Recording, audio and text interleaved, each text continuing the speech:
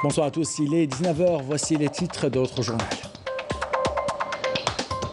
Les contaminations en coronavirus sont en hausse. Plus de 1500 cas ont été enregistrés ces dernières 24 heures. 10 personnes ont perdu la vie au service de réanimation de l'hôpital de Tipaza. Tous les lits sont occupés. Les patients et le personnel soignant appellent à la plus grande vigilance pour éviter de se retrouver hospitalisés.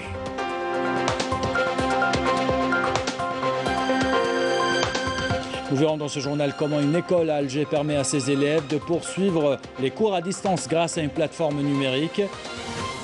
Et nous verrons comment l'aéroport d'Alger impose et fait respecter les mesures de prévention sanitaire aux voyageurs qui rentrent en Algérie. Enfin, comment inciter les clients détenteurs d'une carte de paiement à l'utiliser pour effectuer les achats en ligne.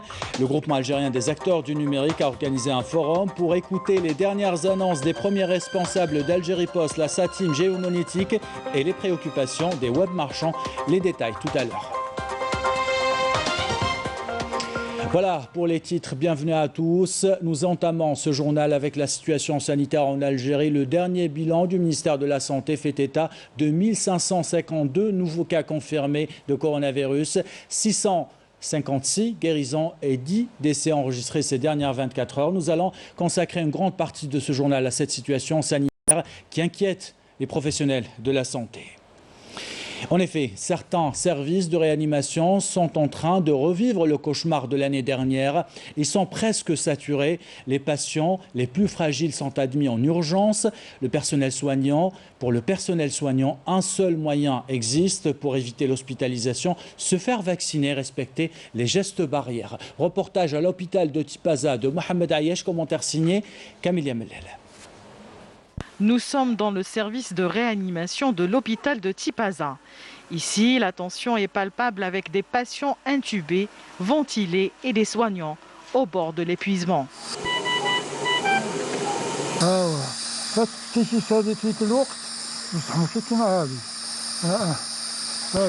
J'étais dans un état critique, j'allais pratiquement mourir, mais maintenant, alhamdoulilah, je crois que le pire est passé. Je conseille tout le monde de faire attention pour préserver sa santé. Elle est précieuse.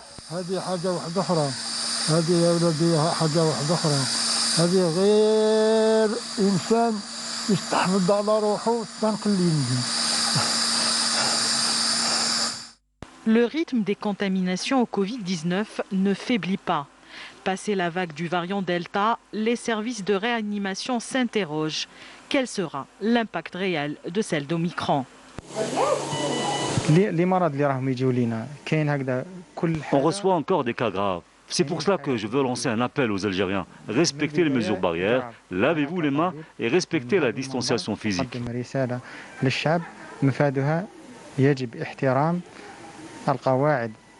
والبروتوكول الصحي 12 سرير اللي خصصناها بالمجمل تاعها لاستشفاء لانعاش كورونا. Les 12 lits du service de soins intensifs sont occupés par des patients Covid. Nous nous sommes retrouvés dans l'obligation de réquisitionner tous les lits du service de médecine interne pour recevoir les malades Covid positifs. La plupart d'entre eux ne sont pas vaccinés d'ailleurs. Alors, je vous conseille de prendre vos précautions et allez vous faire vacciner. C'est le meilleur moyen de se protéger et protéger son entourage. الكمامة، الجل، تباعد التباعد وفوق هذا يلزم يلقحوا. Et face à cette hausse des cas positifs de Covid-19 observés durant ces dernières semaines, il est impératif de rester vigilant et de respecter le protocole sanitaire et de se faire vacciner pour limiter la propagation du virus et de ses variants. Et nos équipes se sont rendues également à l'hôpital Maillot à Alger. Le personnel de santé, vous allez le voir, est sur le qui-vive pour soigner les malades les plus graves. Un personnel soignant qui est débordé face à ce pic de contamination. Couverture de Mohamed Ayesh, commentaire signé Yamina Saïdji.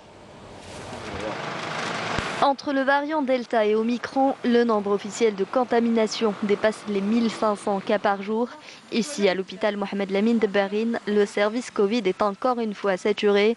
Les personnes infectées ont des complications qui sont parfois très graves.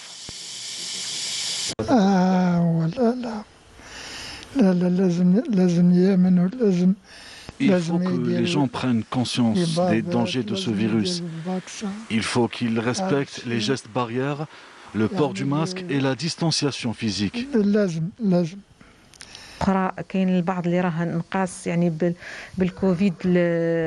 y a des malades de Covid qui ont eu des séquelles neurologiques. Certains d'entre eux étaient dans l'incapacité de s'exprimer. Pour ce qui est des places d'hospitalisation, il y a toujours des lits libres, mais le service de réanimation affiche complet.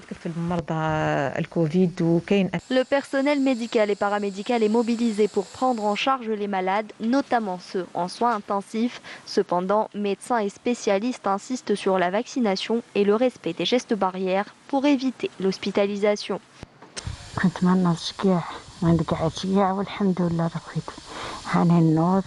À mon arrivée, je n'arrivais même pas à bouger, ni à parler. Il faut que les gens prennent conscience des dangers de cette maladie et de ce que vaut la santé.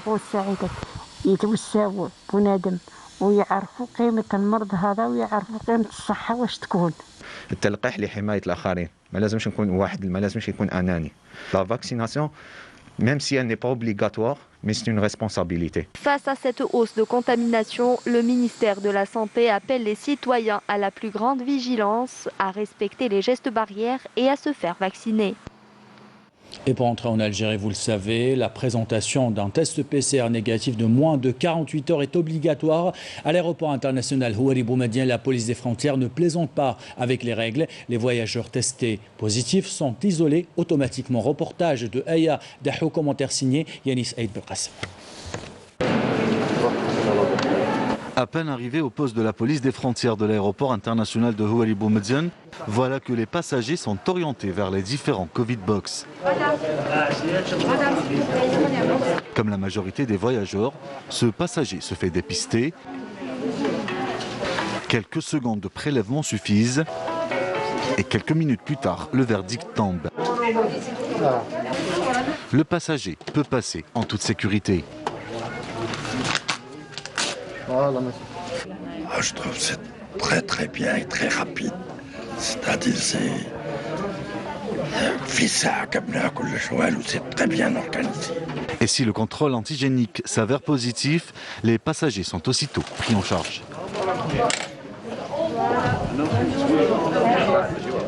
كي يخرج من عندنا ان كا بوزيتيف نغلقوا كاريمون لو بوكس حتى تجي لا فام دو ميناج تعقم كلش ومن بعد نعاودو نفتحوه دونك امبوسيبل يقعد ان باساجي قبل ما نعقموه نغلقوا كاريمون لو بوكس. Quant au contrôle de la température par caméra thermique reste obligatoire, nous explique le médecin du centre. وحنا نديرو كونترول تاع الباساجي نبداو بالكاميرا تيرميك نبداو نشوفوا لا تمبيراتور في الاول كنا لا تمبيراتور هي ليسونسيال ما كانش عندنا دوك عندنا لا تمبيراتور بلوس لابوراتوار كي فون لو كونترول انتيجينيك. Si le test il est négatif, donc il poursuivra les formalités dialogue le plus normalement du monde. S'il est positif, il y a un circuit bien dédié pour évacuation vers les hôpitaux. Depuis la mise en place de ce protocole de dépistage obligatoire, 760 cas positifs ont été détectés à l'aéroport international de Houari Boumediene depuis le 25 juillet dernier. Et vous l'avez certainement remarqué, la hausse de ces cas de contamination sont dus à un relâchement visible dans le marché de Sorika à Bab Zouar. Le constat est là, les clients sont loin de respecter les mesures barrières. Les commerçants, quant à eux, se plaignent de ce relâchement et appellent leurs clients à avoir plus de sens de responsabilité. Commentaire de Amélie Siritira. Nous sommes au marché de Sorika à Bab Zouar, l'un des endroits les plus fréquentés de la capitale. Ici, on remarque tout de suite le comportement de nombreux clients venus faire leurs emplettes sans respect des mesures barrières. Les gens ne sont plus conscients. La majorité ne porte pas de masque. Il y a ceux qui ne donnent plus d'importance aux mesures barrières. Les commerçants sont quant à eux plus consciencieux, qualifiant le comportement de certains clients d'irresponsable. Prendre l'épidémie à la légère peut avoir de lourdes conséquences selon eux. Les agents doivent exiger le port du masque. Nous respectons à la lettre les mesures barrières. On porte nos bavettes et on nettoie les étals avec de l'eau de javel. Ils sont nombreux à acheter des masques, mais personne ne les porte. Ils doivent respecter les gestes barrières. Les spécialistes rappellent toujours et mettent en garde contre le non-respect des mesures préventives, ce qui reste nécessaire pour endiguer la propagation de la Covid-19. Et pour endiguer la propagation de cette pandémie, il faudrait la conjugaison des efforts de tous. Aujourd'hui, le ministre de l'Éducation nationale, Abdelhakim Belabedari, tirait son appel au personnel de l'Éducation nationale à la vaccination pour atteindre l'immunité collective. Plusieurs initiatives sont prises par les enseignants pour permettre à leurs élèves de poursuivre leurs cours à distance via des plateformes numériques. Le cas ce soir de l'école El Khansa de la capitale. Reportage de Fatma Zohra Ben Fajala, commentaire signé Amel Siritir. Malgré la suspension des cours au niveau des établissements scolaires, les élèves de l'école Khansa à Alger poursuivront les révisions via Internet. Grâce à cette plateforme lancée par l'enseignante Fadela et ses collègues. Plusieurs activités sont proposées, par exemple la préparation des résumés des cours que nous allons afficher sur un groupe que nous avons créé dans les réseaux sociaux. Nous avons tracé un programme pour rester en contact avec nos élèves. Cela leur permettra de rattraper les cours qu'ils ont ratés.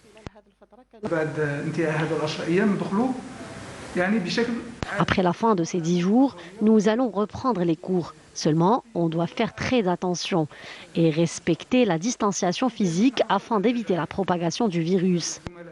En effet, les enseignants poursuivent leur mission dans le respect des gestes barrières, tout en étant conscients que la vaccination reste le meilleur moyen pour atteindre l'immunité collective.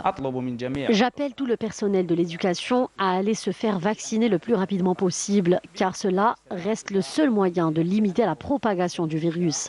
Et afin d'atteindre l'immunité collective, la 4e campagne de vaccination pour le personnel de l'éducation débutera dimanche prochain, et ce à travers tout le pays.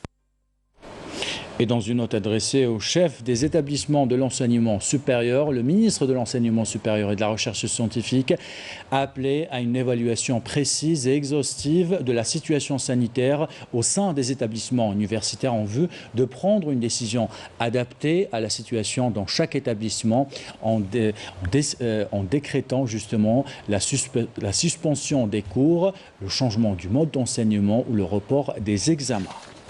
Le Premier ministre, ministre des Finances, Ayman Ben Abdelrahman, a demandé aux membres du gouvernement de reporter toutes leurs visites de travail et d'inspection programmées à travers les différentes wilayas du pays à cause de la situation sanitaire actuelle qui est en augmentation sensible et à cause de l'augmentation sensible des cas de contamination. Le Premier ministre a également demandé le report de toutes les rencontres, journées d'études et conférences jusqu'à nouvel ordre. Voici à présent un secteur qui a connu un développement remarquable pendant cette pandémie, c'est le paiement électronique.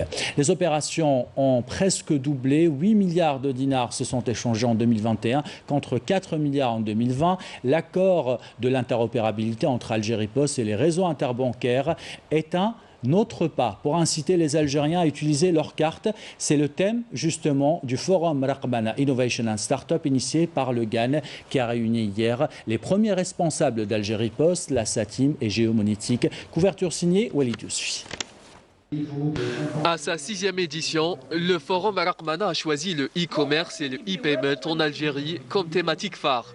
Les premiers responsables d'Algérie Post, de l'Assatim et du GIE Monétique étaient face aux web marchands pour évoquer les avancées réalisées et les retards accumulés en matière de paiement électronique.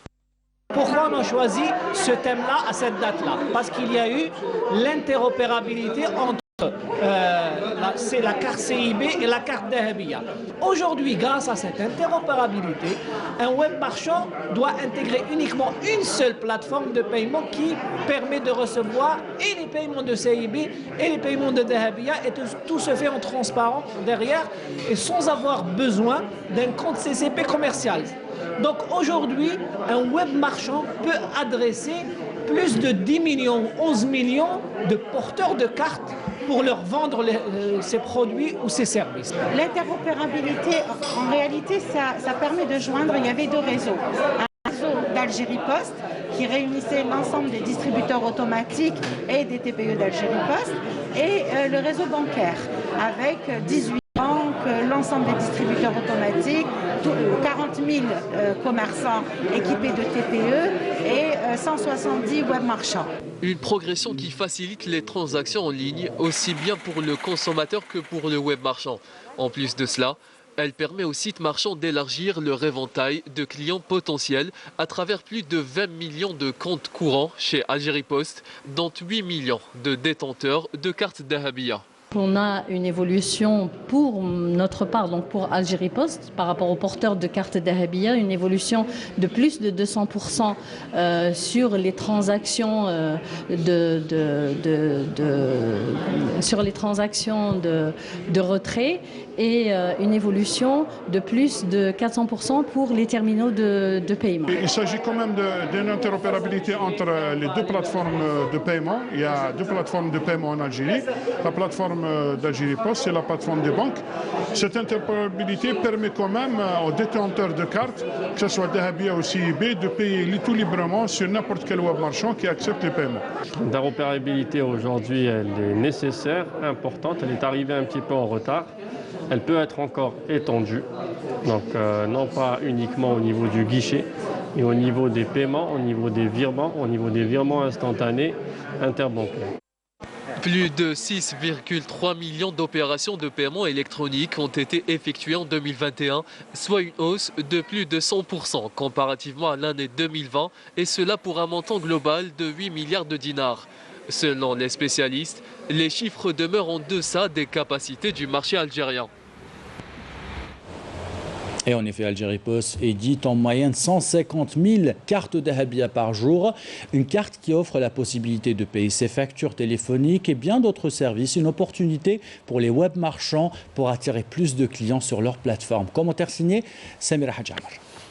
Grâce au paiement électronique, plus besoin de se déplacer à la poste. Il suffit de se connecter à la plateforme d'Algérie Post. Et en quelques clics, vous pouvez payer vos factures ou vos achats. Une opération rapide et efficace qui permet un gain de temps considérable au grand bonheur des utilisateurs. Outre la rapidité, la facilité et le confort, le e-payment contribue à limiter les risques de contamination à la Covid-19 puisque les utilisateurs ne sont plus appelés à faire le déplacement pour effectuer leurs transactions. En comparaison avec l'année dernière, nous avons constaté une augmentation de 50% des utilisateurs du e-payment. Ils sont de plus en plus nombreux à avoir recours à ce type de paiement en raison des multiples avantages qu'il offre. D'ailleurs, l'utilisation de la carte Dahabia se généralise. La carte paiement électronique émise par Algérie Post offre des avantages non négligeables pour les opérations commerciales. Signer des conventions avec différentes entreprises et opérateurs économiques selon les indicateurs concernant le paiement électronique.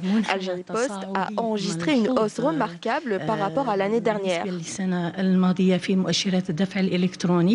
Le recours à la carte Dahabia pour effectuer toutes sortes de transactions est devenu monnaie courante, car il permet entre autres de réduire la pression qui pèse sur les bureaux de poste, en particulier pendant cette pandémie. Dans l'activité parlementaire, le président de l'Assemblée populaire nationale, Brahim Bourali, a présidé une séance plénière consacrée aux questions orales des députés. Plusieurs secteurs étaient concernés: l'éducation nationale, la solidarité, le commerce et la promotion des exportations, les travaux publics, le travail, la sécurité sociale, l'énergie. Dans une réponse concernant la hausse des prix de certains produits, le ministre du Commerce et de la Promotion des Exportations, Kamel Elzig, a fait savoir que plus de 100 plaintes ont été enregistrées depuis la promulgation de la loi sur la lutte contre la spéculation. Le procureur de la République près le tribunal de Dar el-Baïda a organisé cet après-midi une conférence de presse dans laquelle il a expliqué les dessous de l'affaire de l'arnaque de 75 étudiants algériens par une entreprise fictive. Ces étudiants qui se sont retrouvés sans argent et sans inscription à l'étranger. Le procureur de la République a fait savoir qu'une enquête a été ouverte. Des mandats d'arrêt internationaux ont été émis également contre plusieurs suspects. Les accusés, les victimes ont été entendus par les enquêteurs. 11 personnes ont été mises sous mandat de dépôt. 3 autres personnes ont été placées sous contrôle judiciaire. Le procureur de la République, près le tribunal de Dar el-Baïda, a rappelé ceux en possession d'informations sur cette affaire de se rapprocher des services de sécurité. Et on termine ce journal avec la richesse de nos produits de terroir. Chaque région se vante d'avoir la meilleure huile d'olive du pays. Certaines marques sont connues, d'autres moins, comme l'huile d'olive de Djelfa, une huile de qualité qui a obtenu plusieurs prix et qui a participé à des concours internationaux. Eh bien, faire connaître leurs produits locaux. Pour faire connaître ces produits locaux, la commune de Berrine a décidé d'organiser le premier salon du genre dans la région. Commentaire de Samira Hadjamar. Réputés pour leur qualité supérieure et leur diversité, l'olive et l'huile d'olive de Djelfa ont obtenu de bonnes distinctions dans des concours internationaux. Aujourd'hui, nous produisons des olives d'une très bonne qualité, ce qui a permis à nos produits d'être très compétitifs sur le plan international. La preuve, nous avons décroché plusieurs médailles. Récemment, notre huile a été récompensée au Japon pour sa qualité et sa nature bio. Une production bio sans insecticides et sans pesticides. Pour que tout le monde sache que Djelfa a sa propre huile d'olive et une huile de qualité naturelle, notre huile a sa place sur les marchés internationaux. Pour promouvoir la notoriété de l'agriculture à Djelfa, un salon de l'olive et de l'huile d'olive a été organisé pour la première fois dans la commune de Berrine.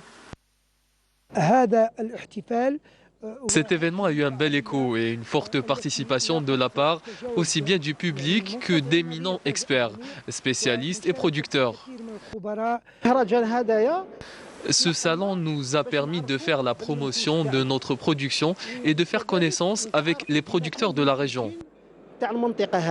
Ce salon a présenté de belles opportunités pour les investisseurs et a permis aux producteurs d'exposer leurs huiles, reconnues aussi bien en Algérie qu'à l'international. Et on termine ce journal avec cette information sportive. L'équipe nationale s'est inclinée face à l'équipe de Côte d'Ivoire sur un score de 3-1. Ainsi va l'actualité, c'est la fin de ce journal. L'équipe de la rédaction qui l'a préparé, l'équipe technique qui l'a réalisé, vous remercie de l'avoir suivi. Merci pour votre fidélité. Belle soirée.